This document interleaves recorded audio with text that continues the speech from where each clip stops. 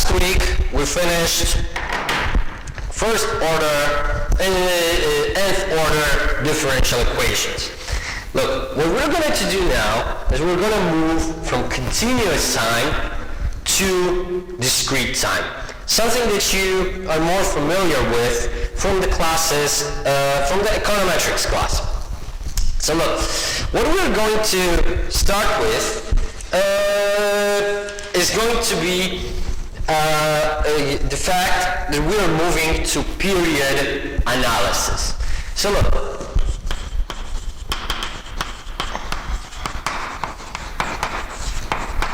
we are no longer analyzing what happens at each point in time, but we are interested in what happens at t equal to 0, 1, 2, until capital T, and in this case we need to remember that t is always an integer.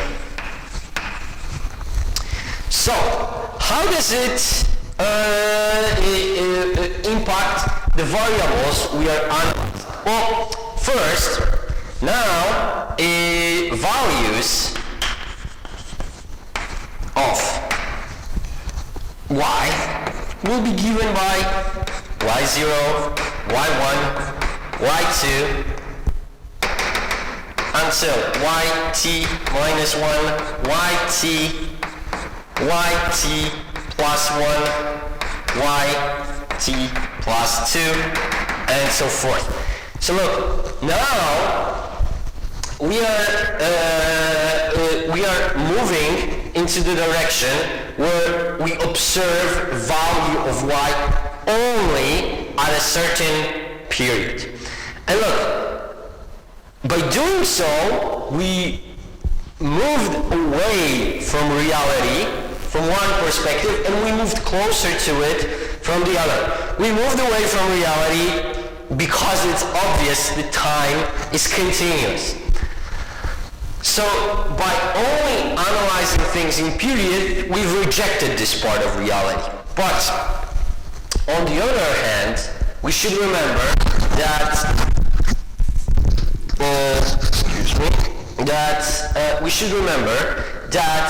when we observe certain variables like GDP, we do not observe it in every single moment in time. We observe it in quarters.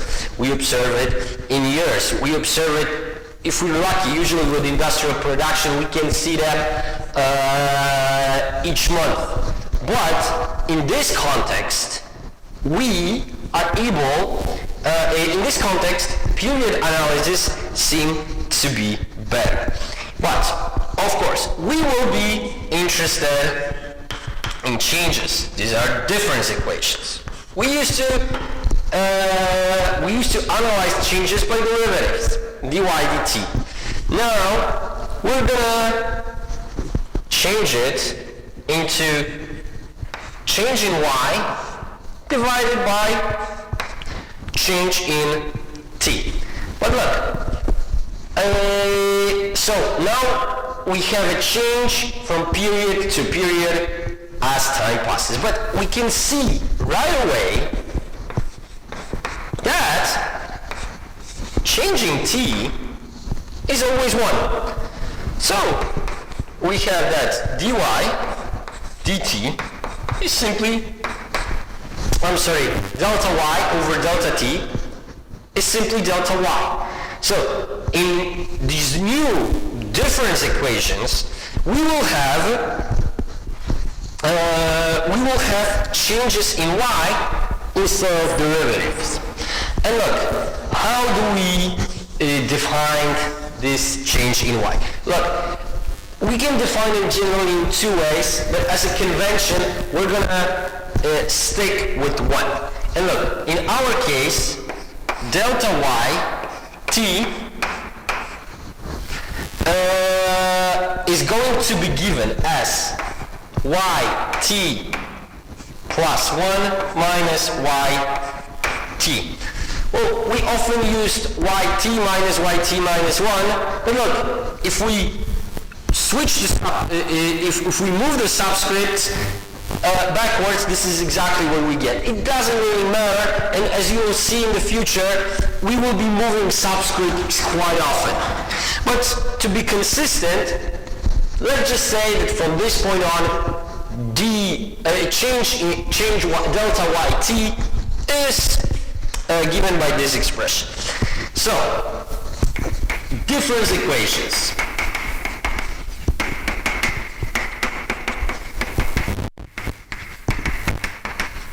Look, just like we used to have the differential equations, just say in form dy dt equals to 2. Now we can have difference equation delta y equals to 2. Or, sorry, you need to look at the example, like when we had dy dt equals to negative 0.1 y, we will have now, t. Now we will have y t equals to yt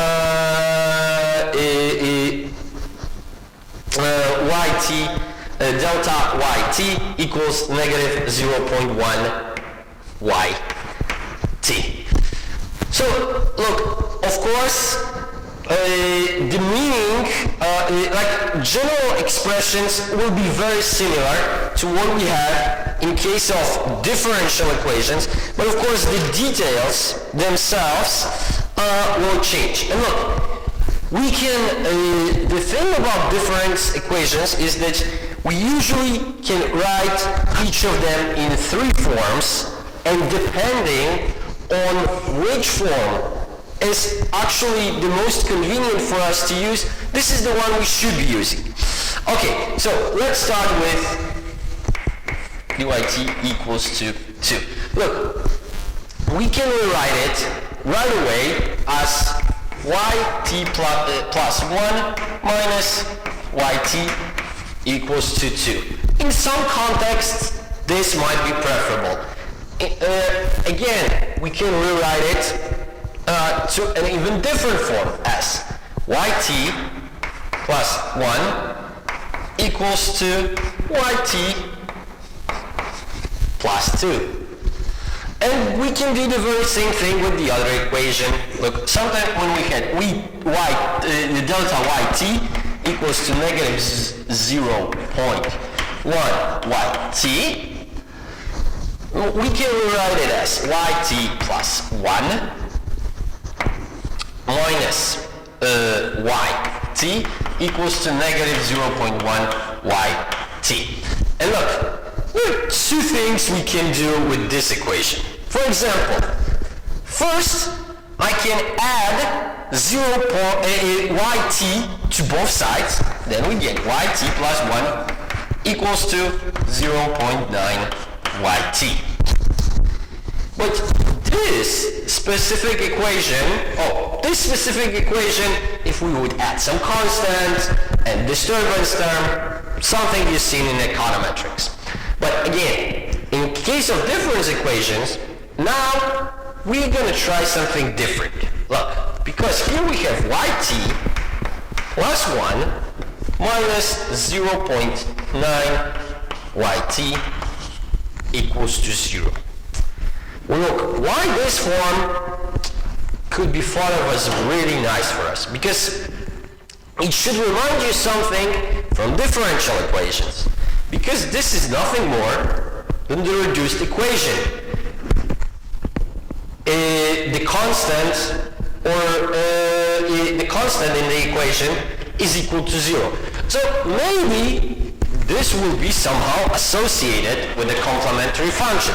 And as we learn, it definitely is. Okay, so now let's move to techniques of solving difference equations.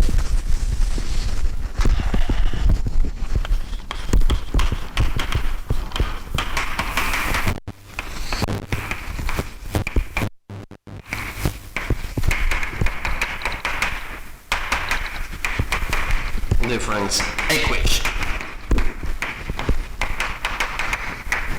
Okay, and look, we will develop a general method that is very similar to the method that we've been using in case of differential equations. But before doing so, very instructive is to learn something called iterative method.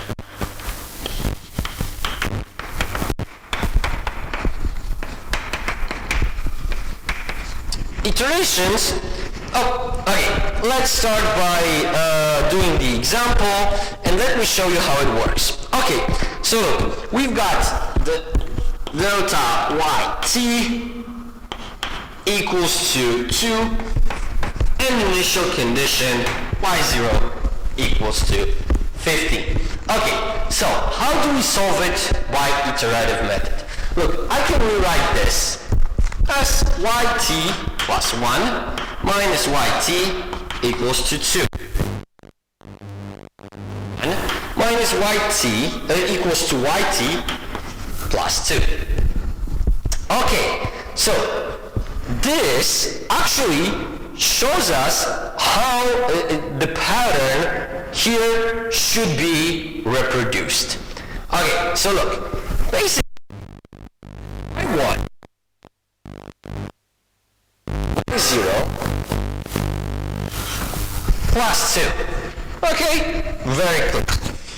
Now, knowing what is y1, in the second iteration, I can see that y2 is equal to y1 plus 2, or it is equal to y0 plus 2 times 2, right?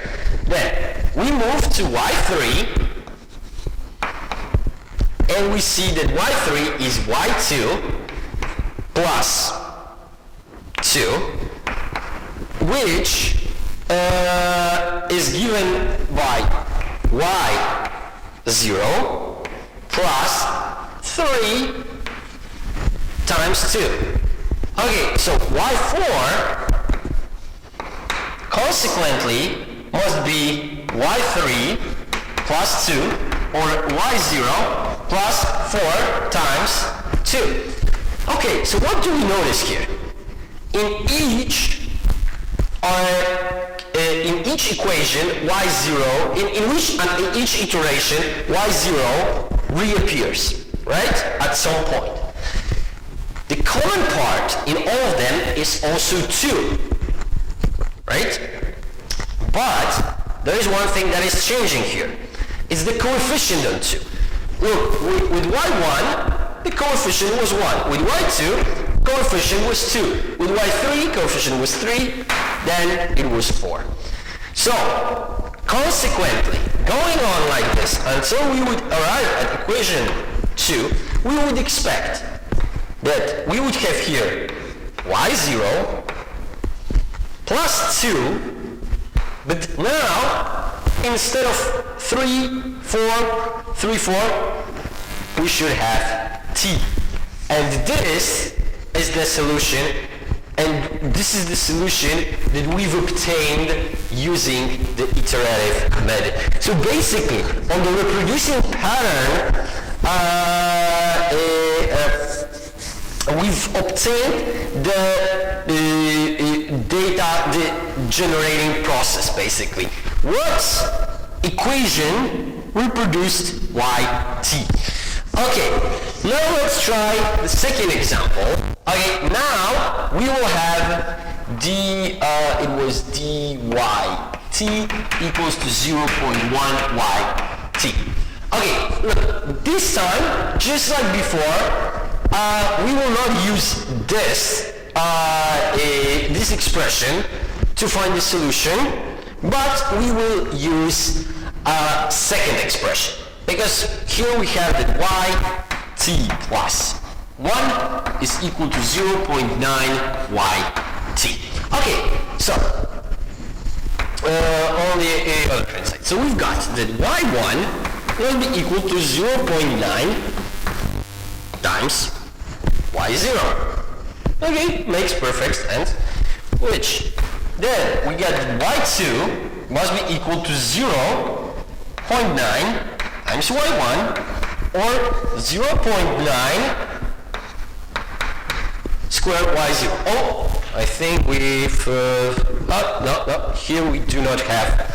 Oh, yes, I'm sorry, I forgot. Now we can substitute initial condition, and we have the final solution. But okay, look, let's go back to it. This is the important stuff. So we see that now we have 0.2 to the power 0.9 to the power of 2.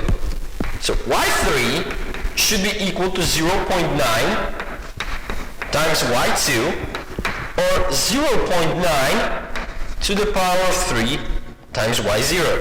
And y4 should be 0.9 times y3, or simply 0.9 to the power of 4 y0. And look, going on like this, we would arrive at yt, and yt, what is common everywhere? 0.9, definitely. Then y0 always appears everywhere. But now, as you might notice, here we had 0.9 to the power of 1, power of 2, power of 3, power of 4. So here we will have to the power of t, and this is the solution that we've obtained again using the iterative method. And look, this solution is very important to us. Why? Because look, this is a solution to a homogeneous equation. So it should indicate for us the way in which we should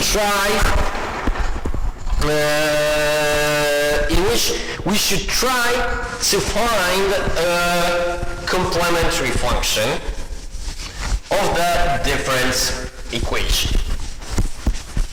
Okay, so look, we have, now let's consider the more general case. So we have myt plus 1 plus nyt equals to 0. So look, again we have, I'm sorry, I need to check time. Again we have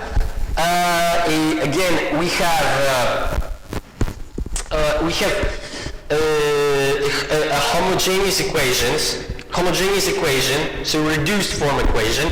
Now, is there any way that we can solve it very quickly? Look, we can do it.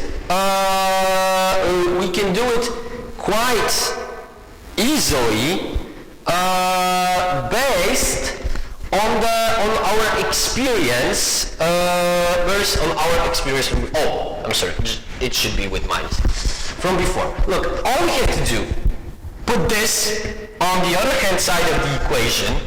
So we've got yt plus nyt equals to nyt. And now, dividing both sides by m, we obtain that yt plus 1 equals to n over myt. And look, this is exactly the same case that we had over here. So we can conclude that the solution to this differential equation will be over m to the power of t times y0.